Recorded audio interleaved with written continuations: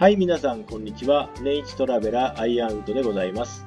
前回より東南アジア2往復ぐるぐるツアーに関してね、お話をしています。私が2025年の夏と10月の2回実際に取ったチケットを見ながら、これからぐるぐるツアーとか、2往復とかお考えの方に役立つ情報をお届けいたします。右上に再生リストを載せております。過去動画見てない方はそちらを先にご覧いただいて今日の動画を見てください。で、行きに関してのチケットを深掘りいたします。で、この画面がね、予約の確認画面。これ私が予約をしないと見れない画面なんですけども、発見日がここです。2024年の8月の25日。これがね、8月14日の355日前と書いてます。旅行するのが8月9日スタート。ゴールが8月の14日なんです。で、この一番最後の日の355日前じゃないと予約をすることができません。で、スタート、私ね、香川県高松におりますので、高松空港から東京に ANA で行きます。東京から深センに ANA で行きます。東京羽田発が11時10分、深センに着くのが15時10分です。で、ここで一泊をして、次にまた台北に行くんですね。で、深センの滞在時間が23時間25分。これがね、大きなミソになります。ANA の特典航空に限りません。国際線のルールとして、乗り継ぎって今24時間を超えちゃダメだっていう規定があるんです。で、24時間より短いのは乗り継ぎです。24時間を超えると、ストップオーバー。これね、規定が変わるんですよ。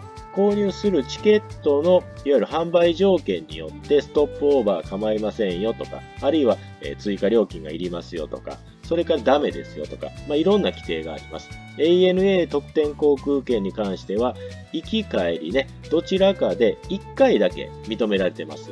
ですから、ここでね、むやみやたら24時間超える日程取っちゃうと、その後は非常に予定が窮屈になるんですね。ですから、どこでストップオーバーを取ったら一番効率的なのかっていうのは、ぐるぐるツアーにとっては大きなポイントになります。で、台北から次はね、大阪・関西にエバー航空で行きます。台北の乗り継ぎ、いわゆる滞在時間が21時間5分ですからセーフということになりますね。ですから大阪・関西に帰ってくるのが8月の10日の17時15分と。ここまでがいわゆる1往復になります。で、次からが2往復目になるんですけども、ANA のこのチケットに関してのいわゆる行きはね、ここまでなんです。そうなんです。目的地はね、クアラルンプールなんです。2往復目のスタートはこれなんですけど、チケット上のいわゆる、ゴールというとあれですけどね、行きのゴールはクアラルンプールになります。で、ここはね、あえて24時間を超えました。ストップオーバーを、ここ、大阪・関西と東京の間でストップオーバーをかけます。というのは、私、10月に妻とマラッカ旅行行こうというのはこの旅行の発端なんですね。ですから今の前半戦に関してはもう本当のおまけなんです。ここから先がね、私の本来の旅行なんですよ。で、これね、大阪・関西に帰ってきます。次東京・羽田から出発します。違う空港を利用します。これをオープン上って言います。で、オープン上とかね、ストップオーバー。これを組み合わせればね、いろんな旅程ができます。ではね、地図でちょっとこの状況を見てみますね。行きだけのね、地図に直してみました。で、出発地が高松になります。目的地はクアラルンプールになります。で、このオレンジ色のところが乗り継ぎ地になります。で、ANA 特典航空券のルールとして、国内で2カ所、国外で2カ所乗り継ぎが可能になります。国外は台北と深センで乗り継ぎしますので、これでマックスです。国内に関しては大阪・関西と東京・羽田なんですけど、あれ羽田実は2回乗り継ぎするんですよね。あれ ?3 つじゃないかって思われる方もいらっしゃるかと思うんですけども、オープン上があるんですね。関西に到着して羽田から出る。これは1箇所換算になりますので、国内も2カ所乗り継ぎになります。で、これが2往復のパターンの、面白いところなんですけども、例えばですよ、東京から出て台北新線東京に帰ってきたら、これで旅程完結するじゃないですか。ね、それにプラスしてね、もう一回これクアラルンプールに行くことができる。これなんでかって言ったら、乗り継ぎの順番にルールがないからなんです。だから一体どこで乗り継ぎができるのか。ちょっとこれまた違う地図でご案内いたします。これ前にね、お見せした地図なんですけども、色を分けてます。ゾーン1、ゾーン2、ゾーン3、ゾーン4。今回の場合、出発がゾーン1の日本です。ゴールがゾーン4のマレーシアです。この場合は、1、2、3、4、どこで乗り継いでも構いません。で、順番ありませんので、いわゆるね、先ほどのように、一旦外国行って日本帰ってきて、もう一回外国行く。これもありですし、外国行って、外国行って、外国行く。というのもありです。ですから、いろんなパターンね、考えてみてください。ただ実際ね、就航している、便があるのかないのか、あるいは特典航空券の枠があるのかないのかがありますので、無制限に選べるわけじゃありませんので、お気をつけください。それと、ここに書いてます。スターアライアンスに加盟している航空会社にしか乗ることができません。それ以外の航空会社に乗ると規定が変わっちゃいますので、ここのね、9社。この9社で、この範囲で一番楽しい旅程をね、考えればいいのかなということになります。あとね、大きなポイントはいろいろあるんですけども、これ出発、私ね、四国は香川県に住んでますので、高松空港です。で、この行きの便、行き全部で、結構乗りますけど、一発目のね、高松羽田をやめましょう。要は、僕は香川県住んでるから、高松から乗るのが望ましいわけです。関東地方にお住まいの方は、こんなん乗る必要ないじゃないですか。で、この便をやめたらどうなるのか。この便やめたら実はね、NG になっちゃうんです。なんでなんでっていうことなんですけども、出発地、目的地を経由地にしちゃダメっていう規定があるんです。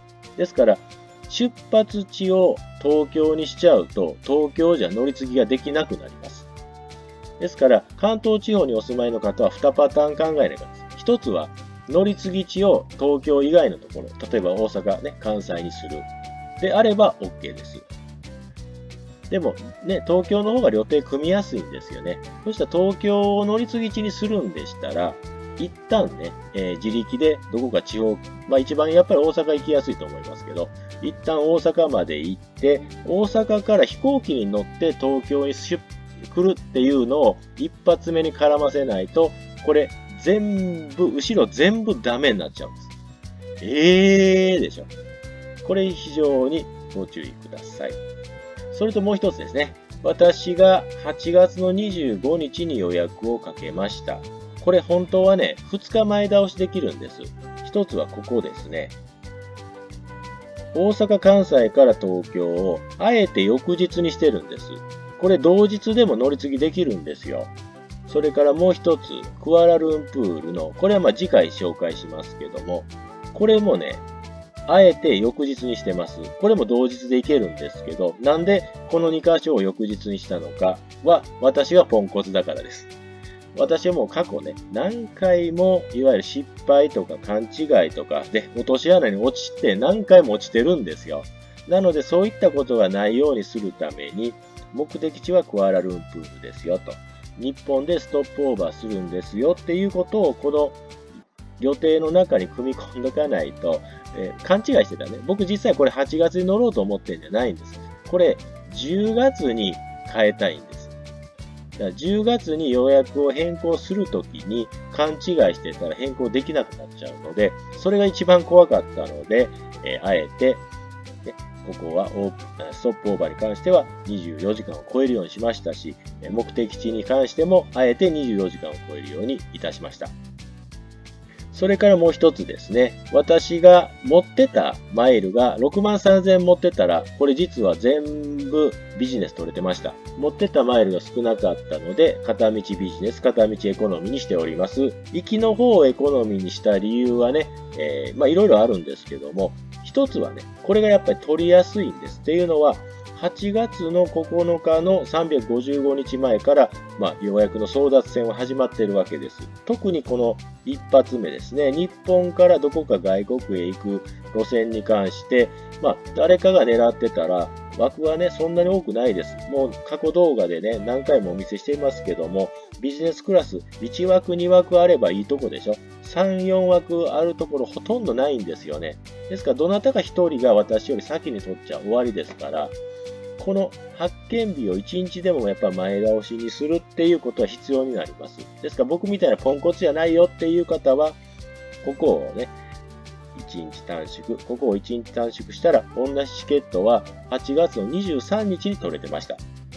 ただ私はもうそこまでの冒険はする気持ちがなかったのと、行きはエコノミーって決めましたので、そこまで無理しなくても取れるだろうということでやっております。